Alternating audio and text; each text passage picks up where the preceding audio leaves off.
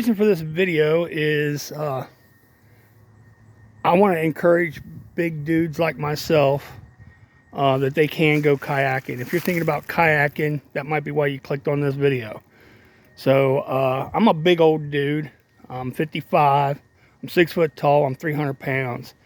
And I wanted to kayak fish. And I'm on a serious budget. So I found me a Covert 120 by Pelican for less than 500. I just want to do this to help any big old dudes out there that want to try kayak fishing. I want to encourage you. You can do it. Anyway, back to the kayak. This is a Covert 120 by Pelican. I have no affiliation with any of these companies that I may mention in the middle of this video. I'm just a big old dude that likes to kayak and do adventures and go fishing. And so here's the Covert Pelican. It's 12 foot long. I forget the dry weight on it, but the maximum capacity is 350 pounds. When I first tried kayaking, I used my wife's kayak, which is a Lifetime, and it was rated for 275. And it's a sit-in kayak, and I did that fine as long as I loaded on an 80A launch and didn't get into some crazy water. I don't know if you're familiar with Pelican brand, but they have a front hull hatch here that it opens up and it goes into the entire kayak. Don't use it to put fish in. It's not a live well. It'll end up back in there and you'll end up with dead fish under the deck of the kayak. So, but you can put stuff in there, and if you use it, put a dry bag and kind of tether it so it doesn't slide back. Honestly, I haven't used it for anything. I haven't found anything that I want to put in there, because whatever I take on the kayak, I want readily accessible. When you buy this kayak, it comes with molded footrest, which I quickly changed out because the molded footrest you can't adjust. And although I could sit on it comfortably, the rest of the molded footrest were protruding out and hitting me in the calf, so I didn't like that at all. So when I sit in this thing, I filled it up pretty good. So I changed it out for Pelican adjustable footrest, which worked fantastic. So this rod holder here, or it comes with a rod holder in that base right there in the center there.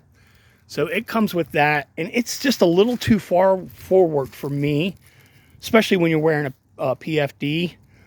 It's kind of hard for me, you know, when you have a gut, it's kind of hard to lean forward. So I don't use that for anything. Really, I don't. The scupper holes there, those are there to let the water drain off the deck if water comes on, which if you're kayaking, just know that you're going to get wet.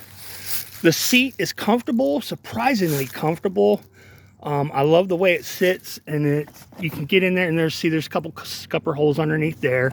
So, and it dries out real nice. You don't have to worry about it getting wet. And it's a comfortable kayak.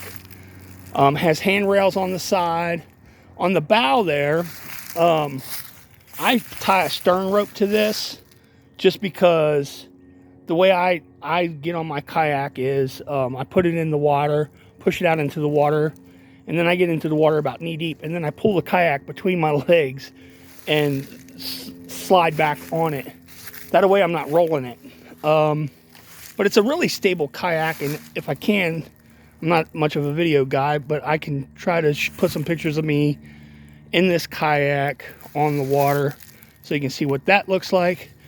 There's two rear facing rod holders right behind the seat. I didn't think I'd use them, but I use them all the time. They're a little awkward to get to, but I do use them, and I've used them for trolling, and I've used them just to hold my fishing pole.